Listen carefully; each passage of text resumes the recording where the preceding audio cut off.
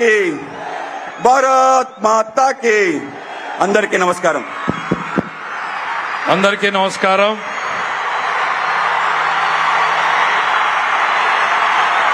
ఆయన పేరు చెబితేనే పూనకాలు లోడింగ్. మదపుటేనుగులను కుంకీలతో తరిమేసినట్టు రాజకీయ మదపుటేనుగులను తరిమేయడంలో ఆయన పాత్ర మరువలేనిది. ఆయన మాట్లాడే ముందు దయచేసి విజ్ఞప్తి చేస్తున్నాను. చాలు దిగు, పడిపోతుందా? చాలు మీరందరూ బాగుండాలి కదా, దింపమ్మా ప్లీజ్, జాగ్రత్తగా దిగే, నువ్వు జాగ్రత్త దిగే, నా మాట దిగు. తర్వాత అబ్బాయికి వెనక తీసుకురండి, అబ్బాయి ఫోటో ఇద్దాం, దా దిగు, జాగ్రత్తగా దిగు.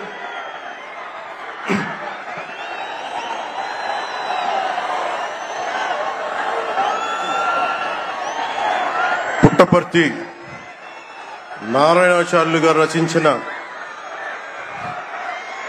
శివతాండవ కావ్యం పుట్టిన నేల, రచించిన నేల, తెలుగు భాష విలువను పెంచిన నేల, ఆడినమ్మ శివుడు పాడినమ్మ భవుడు అని శివతాండవాన్ని వినిపించిన నేల. ఈ నేల ఒక పుట్టపర్తి నారాయణాచార్యులు, కవి బళ్ళారి రాఘవ గారు లాంటి నాటకరంగ రచయిత, నటుడు, విధాన్ విశ్వం లాంటి మహానుభావులు, గజ్జల మల్లారెడ్డి గారి లాంటి కవులు, ఇలాంటి వాళ్ళందరూ పుట్టిన నేల.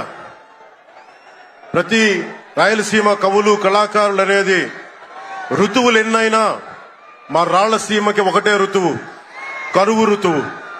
కాలాలు ఎన్నైనా మా రాయలసీమకి ఒకటే కాలం, ఎండాకాలం.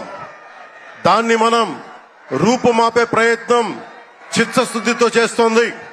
పరిశ్రమలు, ఉద్యాన పంటలు, సాగునీటి ప్రాజెక్టులు మొదలైనవి చేపట్టి రాయలసీమని రతనాల సీమగా మార్చే దిశలోనే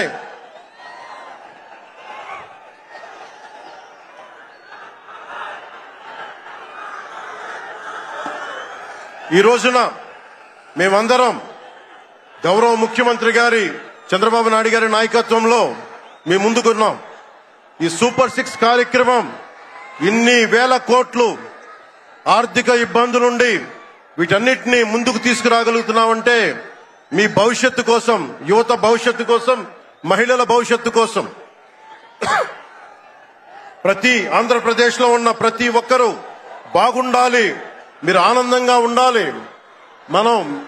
మీరే అన్నారు, ఆ రోజు మేము అడిగాం, రాష్ట్రం బాగుండాలి, యద్భావం తద్భవతి. మీరు ఎలా ఆలోచించారో మేమందరం కలిసికట్టుగా పార్టీలు వేరైనప్పటికీ రాష్ట్ర హితువు, రాష్ట్ర శ్రేయస్సును దృష్టిలో పెట్టుకొని ఈ రోజున మీ ముందుకొచ్చి ఇంత ఘన విజయంగా, ఇంత దిగ్విజయంతో ఈ సూపర్ 6 కార్యక్రమాన్ని మీ ముందుకు తీసుకొచ్చాం. దీని సూపర్ 6 కార్యక్రమానికి సంబంధించి భవిష్యత్తు రాయలసీమ వెనుకబాటుతనం గురించి, దానికి నీటి సౌకర్యాల గురించి, పారిశ్రామిక గురించి గౌరవ ముఖ్యమంత్రి గారు మాట్లాడతారు. నేను మీ చెప్పదలుచుకున్నది ఒకటి, ఆరోగ్య బీమా పథకం సాకారం కాబోతుంది. ఒక్కొక్క పథకం ద్వారా ఒక్కొక్క కుటుంబానికి 25 లక్షల ఆరోగ్య బీమా వర్తిస్తుంది. అలాగే పర్యాటక రంగంలో కూడా మనకి దాదాపు 10,000 పైచిలకు పెట్టుబడులు ఆకర్షిస్తున్నాం. అలాగే పంచాయతీ రాజ్ శాఖలో కూడా పల్లె పండుగ ద్వారా 13,300 గ్రామ పంచాయతీలని గ్రామ సభలు నిర్వహించి రికార్డు చేసి 2,007 కిలోమీటర్ల బీటీ రోడ్లు, 4,000 కిలోమీటర్ల సిసి రోడ్లు చేయగలిగాం. 1,55,000 నీటి కుంటలు నిర్మించి 1 టీఎంసీ నీటిని వర్షాకాలం నిల్వ చేయగలిగాం. అలాగే మూగజీవాల దాహార్తి తీర్చేందుకు 15,000కు పైగా నీటి తొట్లు నిర్మించాం. 22,518 మినీ గోకులాలు చేశాం. అడవి తల్లి బాట కార్యక్రమం గౌరవ ప్రధానమంత్రి శ్రీ నరేంద్ర మోదీ గారి సహకారంతో, ముఖ్యమంత్రి శ్రీ నారా చంద్రబాబు నాయుడు గారి నాయకత్వంలో కూటమి ప్రభుత్వం 1,005 కోట్లతో ప్రధానమంత్రి పిఎం జన్మన్ పథకం, మహాత్మా గాంధీ జాతీయ ఉపాధి హామీ పథకం ద్వారా రాష్ట్ర ఉపాధి హామీ పథకం 625 గిరిజన గ్రామాలని అనుసంధానిస్తూ 1,069 కిలోమీటర్ల రోడ్ల నిర్మాణం జరుగుతోంది. గర్భిణీ స్త్రీలకి డోలీ మోతల నుంచి విముక్తి కలిగించే లక్ష్యంతో ముందుకెళ్తున్నాం. 7,910 కోట్లతోటి జల్ జీవన్ మిషన్ కి ప్రాజెక్టులు చేపట్టాం. అటవీ విస్తారణ పెంచే లక్ష్యంలో 1 కోటి మొక్కల నాటే కార్యక్రమానికి శ్రీకారం చుట్టాం. కర్ణాటక ప్రభుత్వానికి నుంచి సహకారంతో 4 కుంకి ఏనుగులను తీసుకొచ్చాం. అలాగే శాంతి భద్రతల పరిరక్షణ వ్యవహారంలో భేదాలు చూడకుండా ముందుకు వెళ్తామని శాసనసభ సాక్షిగా గౌరవ ముఖ్యమంత్రి శ్రీ నారా చంద్రబాబు నాయుడు గారు స్పష్టం చేశాం. నేను అదే మాట చెప్పాను. ఆ మాట కట్టుబడే ముందుకు వెళ్తున్నాం. శాంతి భద్రతలకు ఎలాంటి ఆటంకం కలగకుండా ఉన్నప్పుడే రాష్ట్రంలో పెట్టుబడులు పరిశ్రమలు వచ్చి యువతకి ఉపాధి ఉద్యోగ అవకాశాలు లభిస్తాయి. ముఖ్యంగా మన రాయలసీమ యువతకి మీరు ఉపాధి అవకాశాలకు వేరే రాష్ట్రాలకు వెళ్లకుండా మన అనంతపురంలో, మన కర్నూలు, మన కడప, మన చిత్తూరు జిల్లాల్లో మొత్తం ఉపాధి అవకాశం పక్క రాష్ట్రాల నుంచి మనకు వచ్చేలాగా పారిశ్రామికరణ జరగాల దిశగా గౌరవ ముఖ్యమంత్రి నారా చంద్రబాబు నాయుడు గారు ఆధ్వర్యంలో ఆయన నాయకత్వంలో ముందుకు తీసుకెళ్తున్నాం. కూటమి ప్రభుత్వం ప్రతి అడుగులోని త్రికరణ శుద్ధితో పనిచేస్తుంది. గౌరవ ప్రధానమంత్రి శ్రీ నరేంద్ర మోదీ గారి వికసిత్ భారత్ విజన్ దిశగా గౌరవ ముఖ్యమంత్రి శ్రీ నారా చంద్రబాబు నాయుడు గారి నాయకత్వంలోని కూటమి ప్రభుత్వం ముందుకు సాగుతూ 2047 నాటికి ఆంధ్రప్రదేశ్ ని దేశంలో నెంబర్ 1 రాష్ట్రంగా తీర్చిదిద్దుతామని మీ అందరికీ తెలియజేసుకుంటూ జై భారత్, జై హింద్.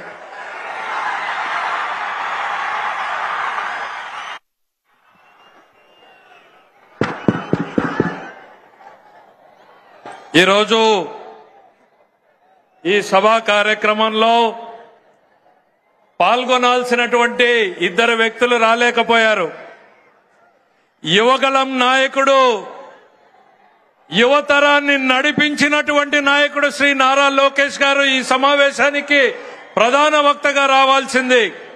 అయితే నేపాల్లో చిక్కుకుపోయినటువంటి తెలుగు వాళ్ళని కాపాడడం కోసం గౌరవ ముఖ్యమంత్రి గారి ఆదేశాలతో ఆయన అమరావతిలోనే ఉండి ఆ కార్యక్రమాన్ని పర్యవేక్షించడం వల్ల రాలేకపోయారు.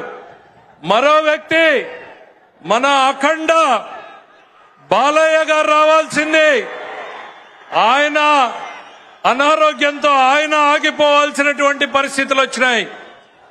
చివరిగా బాబు దయచేసి మీరు 10 మంది కలిసి సమావేశాన్ని డిస్టర్బ్ చేయొద్దు. మీరంతా మన కూటమి సభ్యులు. ఈ సభ మనది, విజయవంతం కావాలి.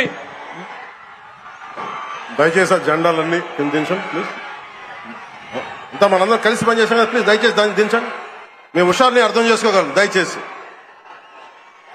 పెద్దలు ముఖ్యమంత్రి గారు మాట్లాడబోతున్నారు, శ్రద్ధగా వినాలి కదా.